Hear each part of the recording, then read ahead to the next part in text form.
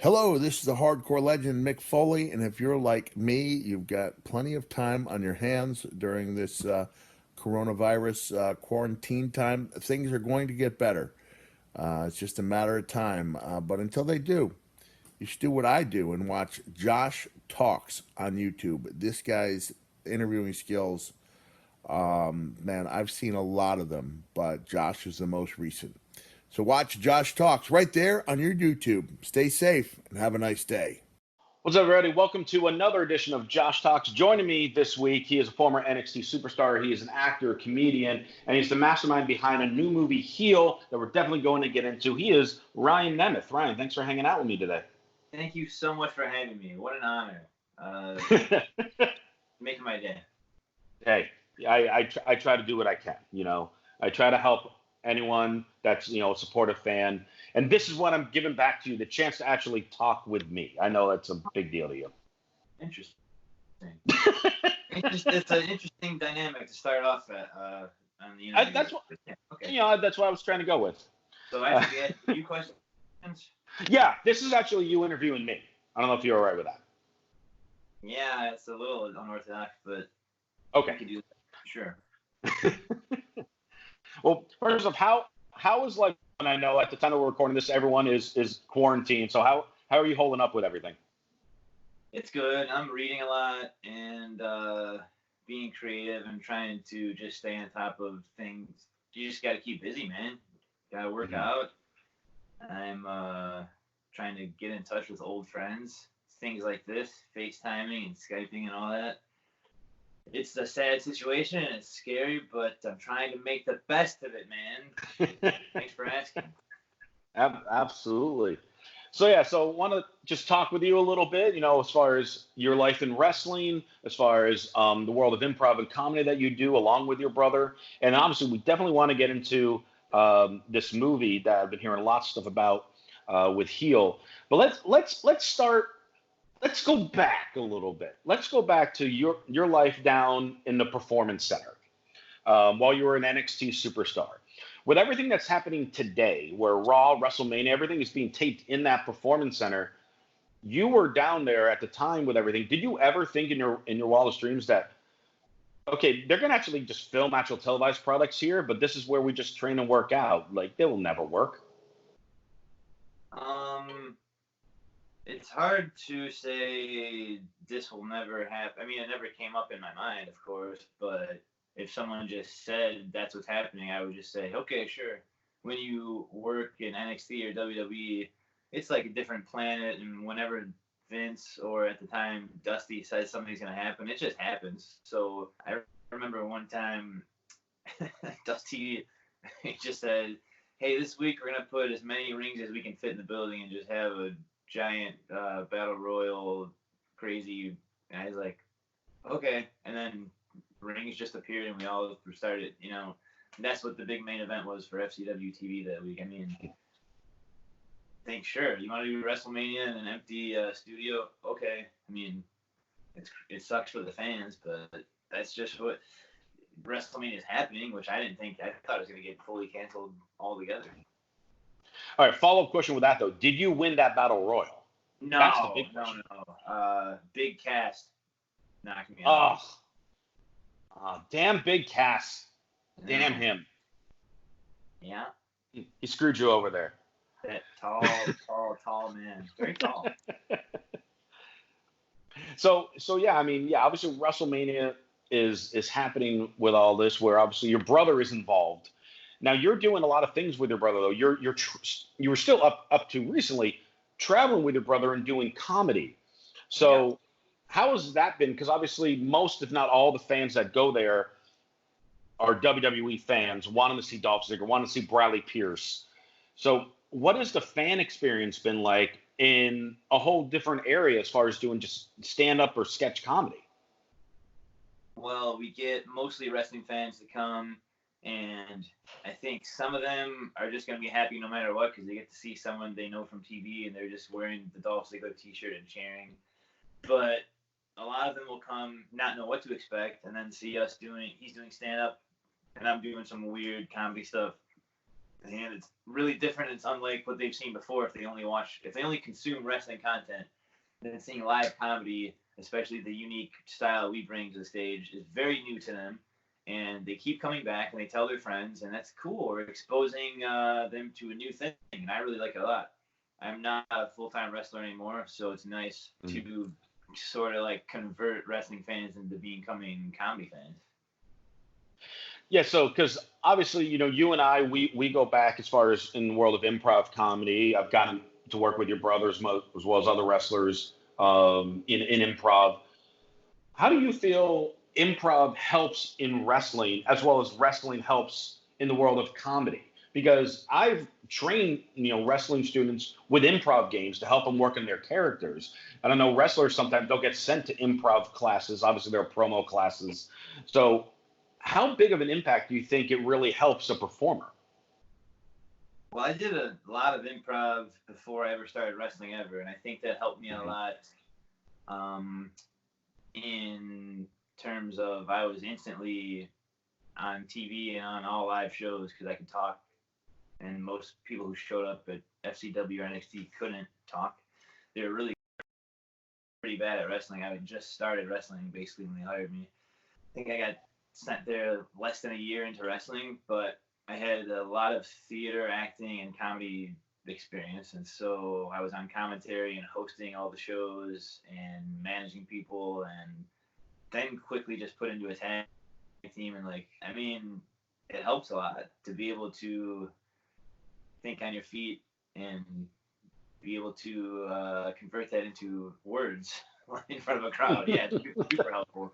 There were times when something would go wrong in the show and they just needed space to fill or something to go out there, and everyone who was in charge of me knew, even the people who didn't like me would say, Bradley, get out there, do something, entertain them. And I would just go out to the ring with nothing and have 5 or 10 minutes of just working the crowd a little bit. And that was a nice feeling to be counted on to do that.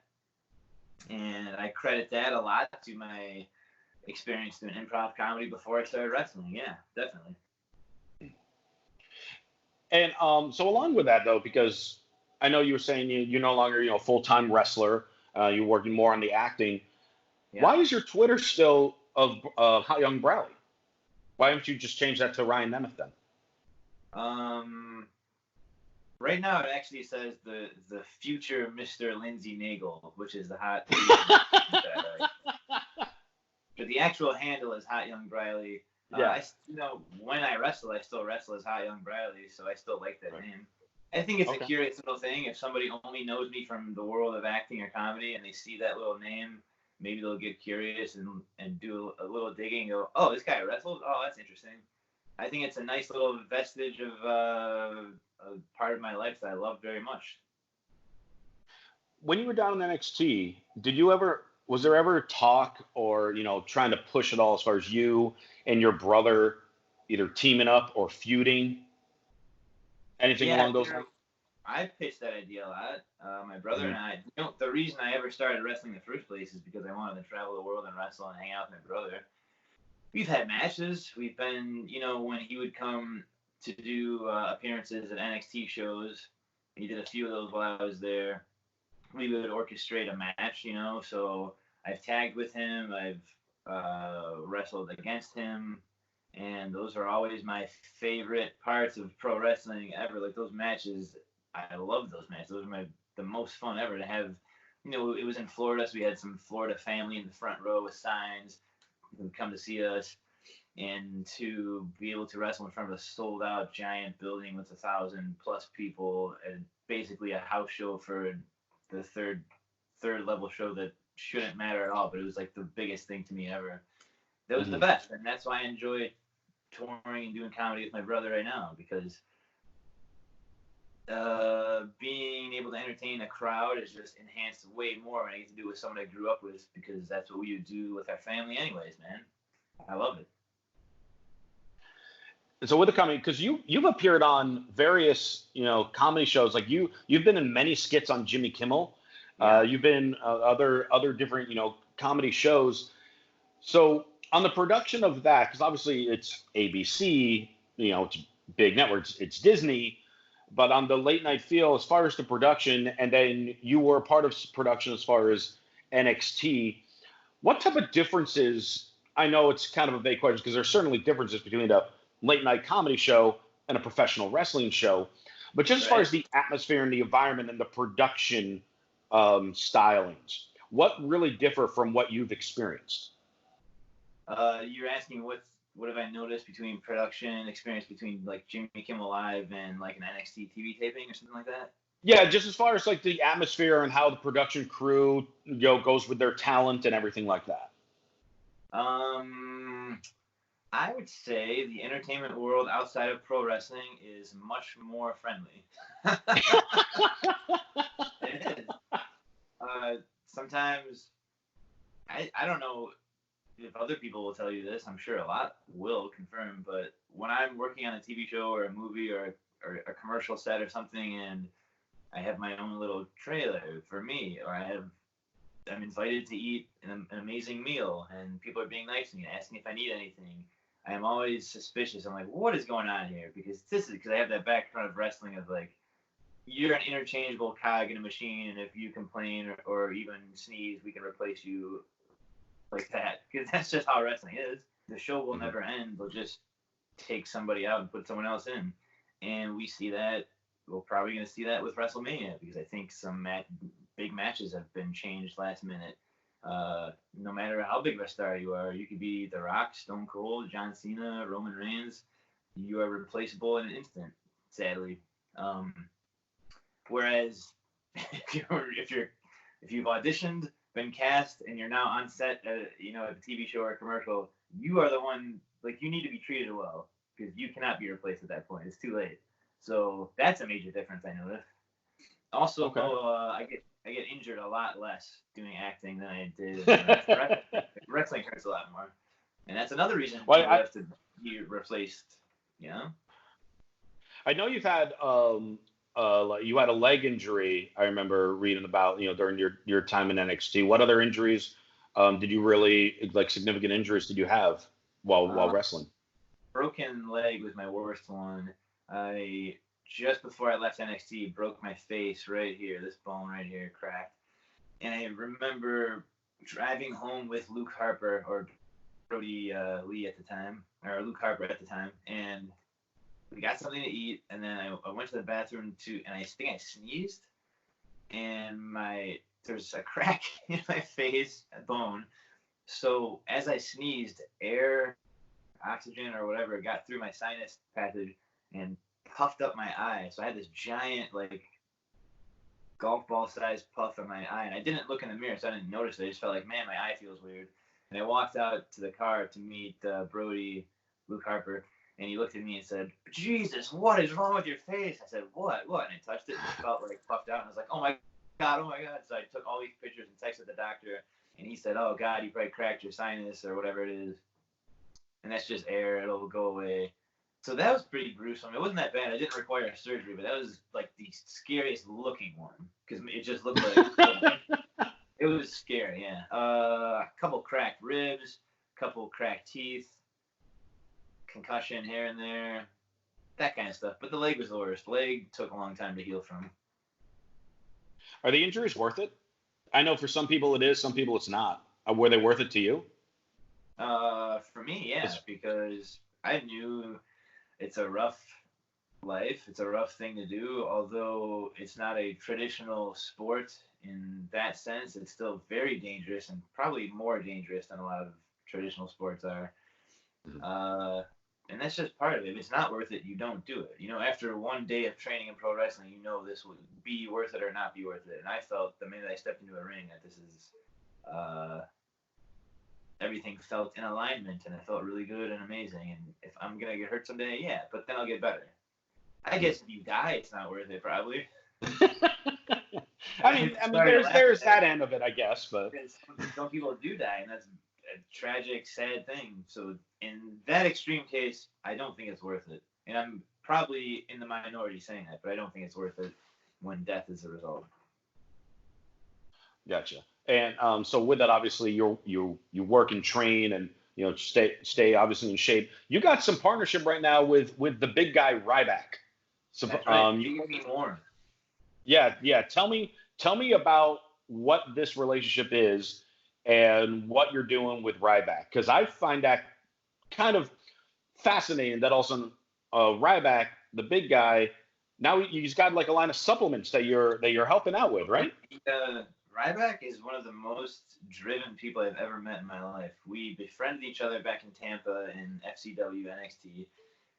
When he was coming back from a major injury himself, I was his main training partner in the ring to help him, And I felt very honored by that because we were kind of just like buddies at the time. And he said, "Hey, I'm getting back in the ring.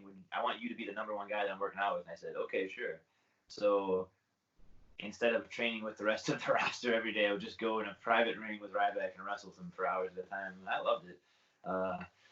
So we became really close friends, and of course, he's close friends with my older brother. And so he, upon leaving WWE, has been extremely active with his podcast. He published a book. He's got this line of supplements out.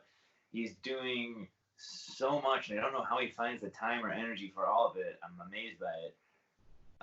And his supplement line has been extremely successful. He's expanding it to have a roster of fitness ambassadors and wrestling personalities to just be the face of these products. And he asked me to be one of the main first ones. And I said, hell yeah, dude.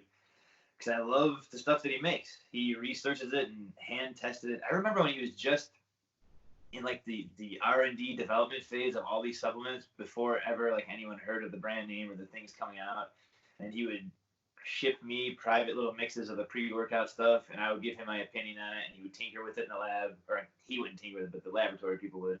And like I got every what do you call it, prototype beforehand, and finally it was for sale. Yeah. And I was like, yeah, hell yeah. So it's stuff that I think is really good. He is extremely knowledgeable about that field. And he would not advise anyone to put anything into their body that he wouldn't do. I mean, I think it's great, and I stand by it. And he's the big guy. And we're not going to say anything because we don't want Ryback to hurt us or anything like that. So we're saying obviously everything's great. Everything he does is amazing. He's awesome. I think he's great. Yeah. He's got a good attitude, and for someone who definitely has had a life and a career that can lead you down a different mental path, he is extremely positive and proactive and creative and nonstop, man. He never stops. It's great. And what is the name of the supplements again? It's called Feed Me More, and they make protein, pre-workouts, vitamins, amino acids, any general things that I would take myself. He provides in that supplement line. It's pretty good. Well, now we got something that we know we got to look into as far as people who are trying to work out, try to get the Ryback body or the Ryan Nemeth body or all different body shapes. As long as it's a rye themed body, yes. Yes, we need a rye body of some kind. Ryback, Ryan Nemeth, rye bread. Yeah. Like Rydell Moving Company. I'm trying to think. Now I'm just trying to think of different ryes. Okay, let's get off that. Let's get on to other products because I definitely need to talk to you about this movie. You've been working on this project for a long time called Heal, and it was crowdfunding. You filmed it. What are updates on it? What's going on with the latest update on this movie? We're in post-production now, which means an editor and the director and I are crafting all the raw footage into a film. So luckily, I don't want to say luckily, but the COVID-19 virus has given us a lot of extra time. So we're getting a lot more attention on it than we would have otherwise. So I'm not happy the pandemic is happening. I am happy. Thank you for clarifying. I should be very clear about it. But it is nice that our editor has a lot of free time on his hands right now. So our director, Matty, I was just going to say, tell us about what the director's doing and what this movie is really about. So our director is awesome. She just had her first feature film, which was filmed right before Heal, debuted on Hulu. It's a Blumhouse film. It's called My Valentine. It's very scary and it's very colorful and amazing. And I'm struck every time I say that I can't believe I got Maggie to direct this movie. Her name is Maggie Levin. She comes from a rock and roll kind of music video background, is now in feature films, mostly horror. And she took this script I wrote, which is about kind of the dark side of wrestling, some sensitive topics that people don't talk about a lot. And she is not from the wrestling world. She took this script and turned it into what I think is going to be a really, really, really, really special look at the dark side of wrestling. This is not stuff like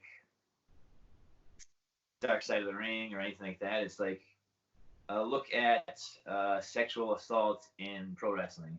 And it's very honest, it's brutal, and it's not a comedy, which is surprising to some people. It's not a comedy film. But it's a topic that a lot of fans and a lot of wrestlers thought needed to be brought to life. And that's why the crowdfund was so successful. We raised almost $70,000 in 30 days. What I think is going to be upsetting to some people, but a giant amount of people around the globe involved in wrestling wanted to see this made, and we have a lot of amazing people involved. Maggie, the director. We have some pro wrestler Brody King from Ring of Honor is part of the film. My brother is part of the film. I won't reveal, specifics yet because Sure. But these are people that are involved. Chavo Guerrero, who from his legendary wrestling family, his career in WWE and WCW. He was our stunt coordinator, so he's been working for the past 3 seasons on Glow as a stunt coordinator for their wrestling sequences, training all those actors. He came on board, another great find. I couldn't believe we got him involved with this, but that's another amazing gold nugget involved in this film. We have the Emmy Award-winning wardrobe designer from Jimmy Kimmel Live, Rodney Munoz, designing our costumes and wardrobe. A lot of luminary people involved in this film, and it's going to be really great. We are close to submitting, once it's locked and everything, we're going to submit it to film festivals around the world, but of course those are all on delay right now also, so... Mm-hmm. I'm hoping that this delay ensures that we put together the most perfect piece of pro wrestling film ever been made. It's called. Because I just find it really interesting because obviously you have your heel project. Shad Gaspard was working on a pilot as far as the not like dark side of the ring, but the negative sides in the world of wrestling. You have Lita. Of being part of a project of another film. Why are all these wrestlers now suddenly coming out with all these different film projects to kind of show people? It's not just say showing like the negative side of the world of wrestling per se, but as far as showing more things behind the curtain than what all fans normally see. Why do you think so many items and projects are coming out now with that? I don't know anything about those 2 other projects. I'll be straight up. I'm focused on my own project, but I'll tell you that this was born. The script was something that I've been thinking about for a few years that had been just nagging at me sort of in my mind. And so I wrote the script up and thought, this will be upsetting to some people, but it's something that needs to be brought to light. There are injustices in this world. There are things that are wrong, and there's sometimes ways you can address them and sometimes there aren't. And this was something I couldn't really address. I couldn't just go, attention everyone, here's what I'd like to say about this. Of course I can't. You can't, because it's stories of women who have had really bad things done to them, and speaking out like that puts them in a shitty position of maybe not having a job anymore, or maybe getting completely attacked online by Twitter followers of adored wrestlers. So sometimes the only thing you can do is create art and create a conversation. And so that was my motivation with this. And I thought, if the crowdfund is successful, that will be a good sign that this is a story that people want to hear.